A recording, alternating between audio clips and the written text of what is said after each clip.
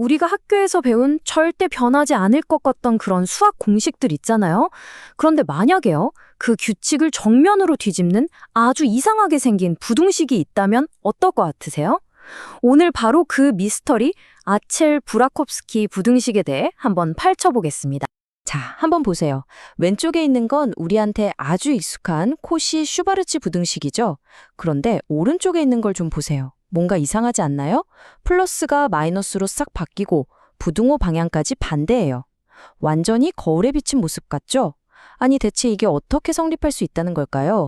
좋아요. 이 미스터리를 풀려면요, 일단 우리가 확실하게 아는 것부터 시작해야 합니다. 기준점이 있어야 하니까요.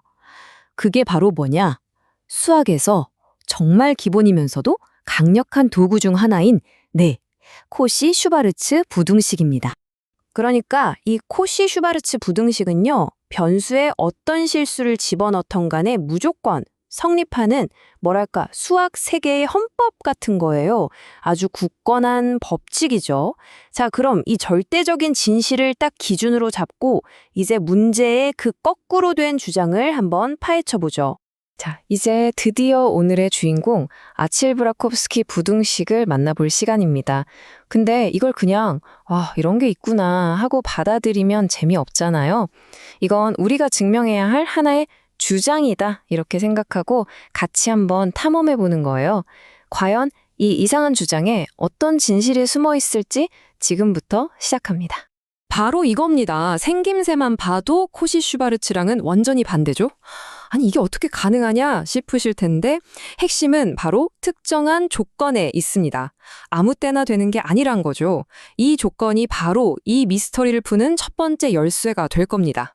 자, 여기에 나오는 조건들, 이거 그냥 약관에 나오는 짧은 글씨처럼 대충 넘어가면 절대 안 됩니다. 사건 해결에 아주 결정적인 단서들이거든요.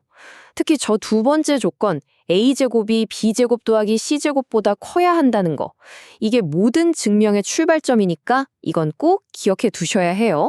우리가 추리소설 같은 거 보면 뛰어난 탐정들은 복잡한 사건 현장을 딱 보고 핵심만 추려내잖아요. 수학자들도 똑같아요.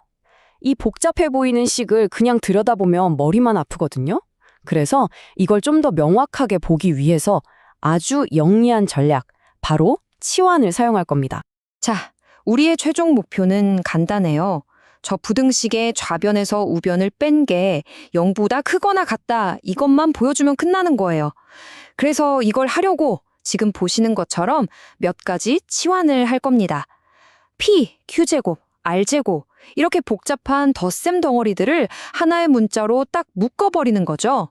이렇게 하면 변수가 6개나 되던 정신없는 식이 훨씬 보기 좋은 구조로 단순화됩니다. 자, 이제 준비는 끝났습니다. 이 단순해진 식을 가지고 마치 헨젤과 그레텔처럼 대수학의 빵가루 조각들을 하나씩 따라가 볼 거예요. 한 단계 한 단계가 어떻게 논리적으로 이어지는지 한번 집중해서 따라와 보세요. 첫 단계는 아주 간단해요. 그냥 괄호를 풀어서 촥 펼쳐놓는 겁니다. 아직은 좀 복잡해 보이죠? 괜찮습니다. 곧 아주 재밌는 일이 벌어질 거거든요. 자, 보세요. 바로 이거예요. a제곱 x제곱 항이 양쪽에서 똑같이 있으니까 그냥 싹 지워져 버리네요. 벌써 식이 간단해졌죠? 이제 남은 항들을 보기 좋게 다시 정리하면 다음 단계로 갈 준비가 끝나는 겁니다. 바로 여기서 수학의 아주 우아한 기술 중 하나인 완전 제곱식 만들기가 등장합니다. 이게 뭐냐면 막 흩어져 있는 항들을 하나의 모시기의 제곱, 이런 형태로 예쁘게 묶어주는 기술이에요. 이렇게 묶어주면 뭐가 좋냐면 제곱은 절대 음수가 될 수 없으니까 식의 구조를 파악하기가 훨씬 쉬워지는 거죠. 아주 강력한 무기입니다. 자, 보세요. 완전 제곱식으로 묶는 전략이 멋지게 성공했어요. 식이 아주 깔끔하게 두 덩어리의 합으로 정리됐습니다. 여기 첫 번째 덩어리는 어쩌고의 제곱이니까 이건 뭐 볼 것도 없이 항상 0보다 크거나 같죠? 그쵸? 그럼 이제 우리한테 남은 미션은 딱 하나예요. 바로 저 두 번째 덩어리 전체가 0보다 크거나 같다는 것만 보여주면 게임 끝입니다. 이제 우리의 모든 시선은 저 두 번째 덩어리의 가장 핵심적인 부분, 바로 저 괄호 안에 Q제곱 R제곱 빼기 P제곱, 여기에 집중됩니다. 이 작은 요속이 이 전체 증명의 운명을 쥐고 있는 그야말로 결정적인 단서가 될 거예요. 자, 그럼 이제 모든 퍼즐이 하나의 질문으로 모아줍니다. 첫 번째 제곱항은 당연히 0 이상, 오케이. 그리고 a제곱 빼기 q제곱은 우리가 맨 처음에 약속했던 조건이니까 양수, 이것도 오케이. 그럼 남은 건 딱 하나, 저기죠. q제곱 r제곱 빼기 p제곱. 이 녀석이 정말로 0 이상이라는 걸 어떻게 보장할 수 있을까요? 이게 마지막 관문입니다. 이 결정적인 단서의 정체를 밝히기 위해서 우리가 잠시 뒤로 빼뒀던 원래 변수들을 다시 무대 위로 불러올 시간입니다. 우리가 처음에 P, Q, R로 바꿨던 거 기억나시죠? 그걸 다시 원래의 B, C, Y, Z로 되돌려보는 겁니다. 자, 이걸 싹 다 풀어헤치면 이런 모습이 됩니다. 잠깐만요. 오히려 더 복잡해진 것 같은데요? 하지만 걱정 마세요. 자세히 한번 들여다보세요. 마법처럼 서로 지워지는 항들이 보이기 시작할 겁니다. B제곱, Y제곱, 그리고 C제곱, Z제곱이 깔끔하게 사라지고 나니까 와, 정말 놀랍도록 간단한 3개의 항만 남았네요. 근데 이 형태 어디서 많이 본 것 같지 않으세요? 바로 이거죠.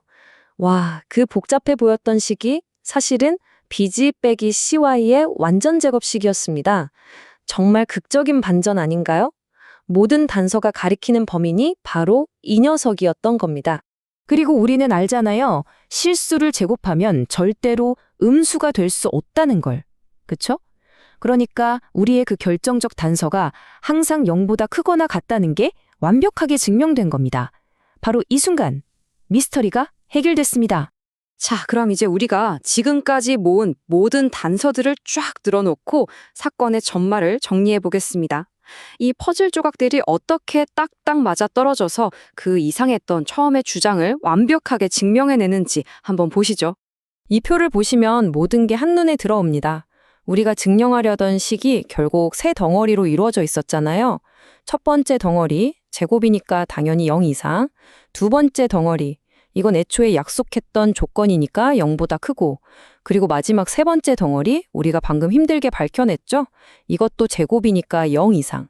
자, 0 이상인 것들끼리 더하고 곱하는데 음수가 나올 리가 없잖아요. 그러니까 전체 값은 당연히 0보다 크거나 같을 수밖에 없는 겁니다. 완벽하죠? 자, 오늘 우리는 코시-슈바르츠라는 정말 당연하게 여겼던 규칙에 이런 놀라운 뒷모습이 있다는 걸 목격했습니다. 이건 우리에게 이런 질문을 던지는 것 같아요. 어쩌면 우리가 안다고 생각했던 다른 수많은 수학 공식이나 진리들 속에도 아직 발견되지 않은 채 우리를 기다리는 또 다른 반전이 숨어 있는 건 아닐까요? 수학의 세계는 생각보다 훨씬 더 탐험할 미스테리로 가득 차 있는 것 같습니다.